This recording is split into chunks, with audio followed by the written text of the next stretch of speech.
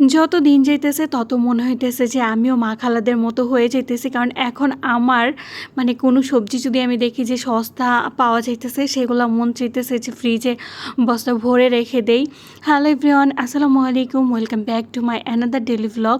সকালবেলা উঠেই আমি বারান্দায় চলে গেছি, কারণ এই যে দেখো আমার বেলকনিতে তোমার প্রথম বেলি ফুল ফুটছে। পুরো বেলকনি একদম গন্ধে ভরে গেছে।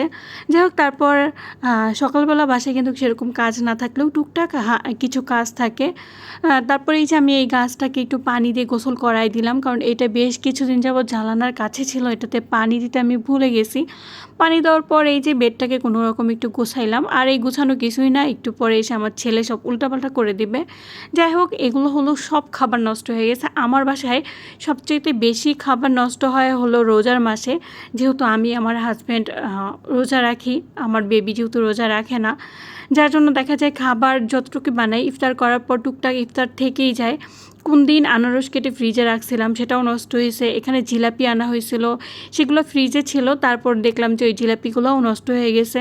তারপর কালকে ছোলা রান্না করছিলাম, রান্না করে বাকি ছোলাটা এই প্যানেই রেখে দিয়েছিলাম, সেটাও দেখি সকালবেলা উঠে নষ্ট হয়ে গেছে। যাই হোক, এখন এই যে টুকটাক ডিশেস ছিল, থালা বাসন ছিল, সেগুলো ক্লিন করে নিলাম। তারপর গত ভিডিওতে তোমাদের দেখাইছিলাম আমার হাজব্যান্ড এখানে অনেকগুলো বিটরুট নিয়ে আসছে। তো এগুলো এখন তো যেহেতু রোজার মাস, আমার পক্ষে সব খেয়ে শেষ করা সম্ভব না।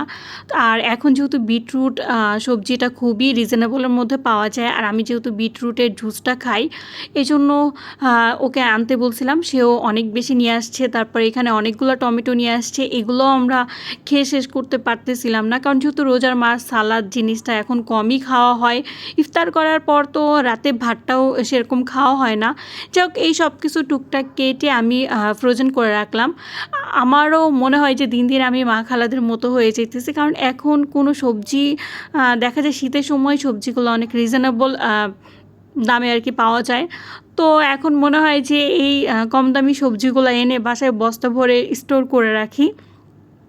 যদিও আমি জানি যে স্টোর করা সবজিগুলো সেরকম পুষ্টিগুণ ঠিক থাকে না, তারপরেও মনকে বুঝ দিতে পারি না, রাখাই হয়।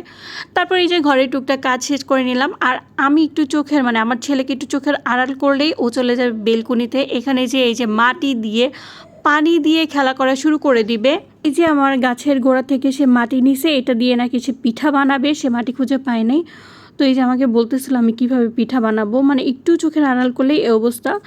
তারপর বিকালে একটু গোসল করে একটু নামাজ কালাম করে রেস্ট নিয়েছিলাম, তারপর চলে গেছিলাম রান্না বান্না শুরু করতে। আমি দেখা যায় যে রাতে যে খাওয়া হয়, ইফতারের পরের যে রাতের খাবারটা খাওয়া হয়, সেটা রান্নাটা আমি দুপুরের দিকেই করে রাখি। তাহলে দেখা যায় ইফতারের পর আর কি শরীর তো একদমই ক্লান্ত হয়ে যায়, সেই সময় আর কি রান্না বান্না করতে ইচ্ছা করে না।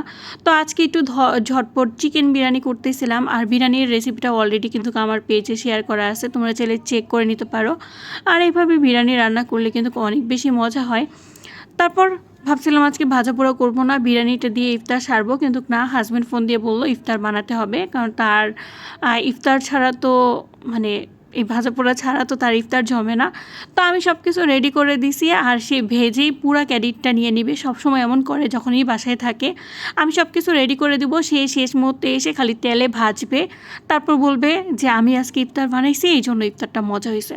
তারপর এই যে টেবিলে ইফতার গুছাই নিলাম। তারপর সে আসলো একটা শরবত বানাইতে, সে নাকি কোথায় কি দেখছে দই দিয়ে শরবত বানায় লাচ্চির মতো করে, তো সেটা বানাইছে। আসলে এই জিনিসটা অনেক বেশি মজা হয়েছিল।